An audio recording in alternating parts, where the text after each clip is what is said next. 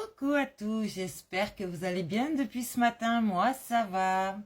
Je voulais vous parler donc du karma et du dharma, d'accord, qui sont deux concepts fondamentaux dans les traditions spirituelles orientales, notamment l'hindouisme et le bouddhisme.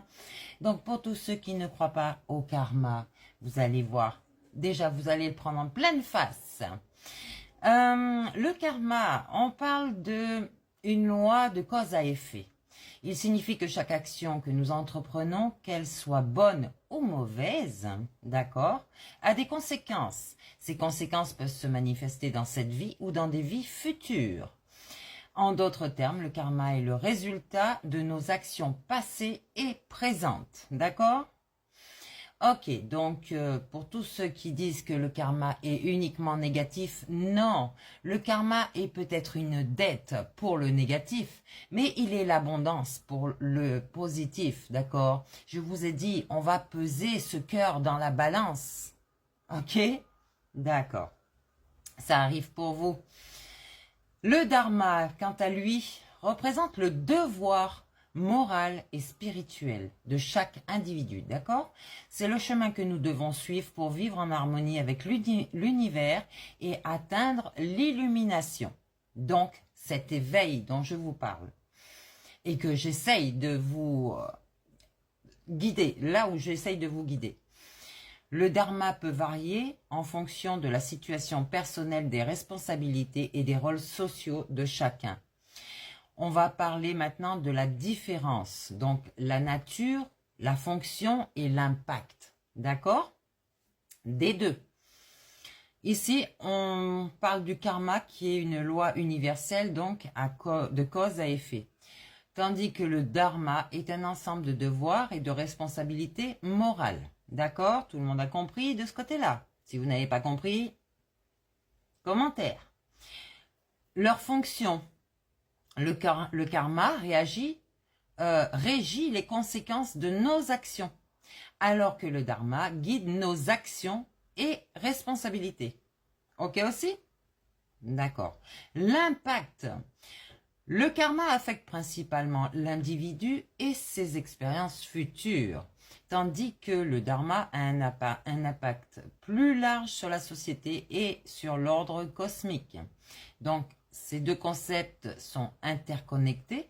En suivant son dharma, on peut générer un bon karma, ce qui conduit à une vie plus harmonieuse et plus épanouissante.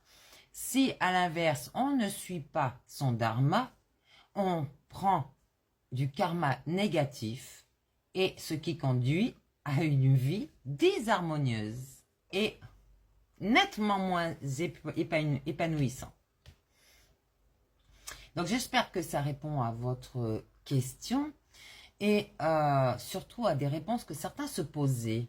C'est des questions assez... ok, vous m'avez comprise. Donc, je voulais vous parler aussi de 4 nobles vérités dans le bouddhisme que beaucoup de personnes ne connaissent pas. Donc, elles sont au cœur des enseignements du Bouddha et constituent la base de la philosophie bouddhiste. Donc, on commence avec la vérité de la souffrance. On parle du dukkha. Cette vérité reconnaît que la souffrance ou la satisfaction est une partie inévitable de la vie humaine. Elle inclut donc la souffrance physique et mentale, ainsi que l'insatisfaction liée à l'impermanence de toute chose. Ok? La vérité de l'origine de la souffrance. Donc ça, c'est le samudaya. La cause principale de la souffrance est le désir ou l'attachement. Ce désir peut être pour les plaisirs des sens, pour l'existence ou pour la non-existence. En d'autres termes, c'est notre soif incessante de satisfaction qui engendre la souffrance. Ici, on parle de vérité, de la cessation de souffrance, le nirodha. Il est possible de mettre fin à la souffrance en éliminant le désir. Cette cessation est connue sous le nom de nirvana, un état de libération et de paix ultime où l'individu est libéré du cycle des renaissances. Ok? La vérité du chemin menant à la cessation de la souffrance, appelé le Maga, le chemin pour atteindre la cessation de la souffrance est le noble sentier octuple. Ce sentier comprend 8 pratiques. La compréhension juste, d'accord? La pensée juste, la parole juste, l'action juste, les moyens d'existence justes, l'effort juste, l'attention juste et la concentration juste. Ok? Ces vérités sont conçues pour guider les pratiquants vers une vie plus consciente et plus épanouissante, en les aidant à comprendre la nature de la souffrance et en trouvant un chemin vers la libération. Voilà, donc j'espère que ça va pouvoir vous aider à comprendre, en fait, la spiritualité vraiment se rallie aux méditations bouddhistes, d'accord? Donc, pour ces méditations bouddhistes ici, on vous dit que c'est une pratique essentielle dans le bouddhisme visant à calmer l'esprit et à développer la conscience. Donc, le samatha, on parle de calme mental. Le samatha signifie calme mental et se concentre sur le développement de la tranquillité et de la concentration. D'accord? Cette pratique implique souvent de se concentrer sur un objet spécifique, ou comme la respiration, pour stabiliser l'esprit et réduire la distraction. Dans ce monde, enfin dans ces mondes, on vous fait voir des choses pour vous distraire l'esprit afin de ne pas se recentrer, afin de ne pas méditer. D'accord? On vous empêche de savoir qui vous êtes, donc on vous barre la route avec toute la télé, toutes les informations, les films, du n'importe quoi. Bon, bref, je reprends sur mon truc. Ici, on vous parle d'une vision pénétrante, le Vipassana. Ça vise à développer la perspicacité et la sagesse en observant la véritable nature de la réalité. Cette pratique encourage l'observation attentive des sensations corporelles, des pensées et des émotions, permettant de comprendre leur impermanence et leur interdépendance. Nous avons la méditation de la pleine conscience, le mindfulness.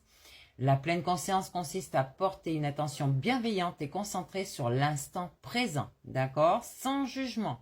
Cette pratique aide à développer une conscience accrue de ses pensées, émotions et sensations corporelles, en favorisant ainsi une meilleure gestion du stress et des émotions. Ok? La méditation de l'amour bienveillant, le méta.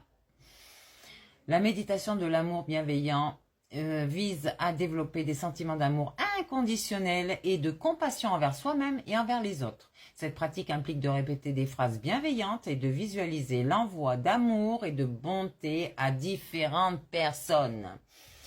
Et comment la pratiquer? Pour commencer, la méditation bouddhiste, il est recommandé de trouver un endroit calme, de porter des vêtements confortables, larges, pour pas être serré comme une mule dedans, et de choisir un moment de la journée où vous ne serez pas dérangé.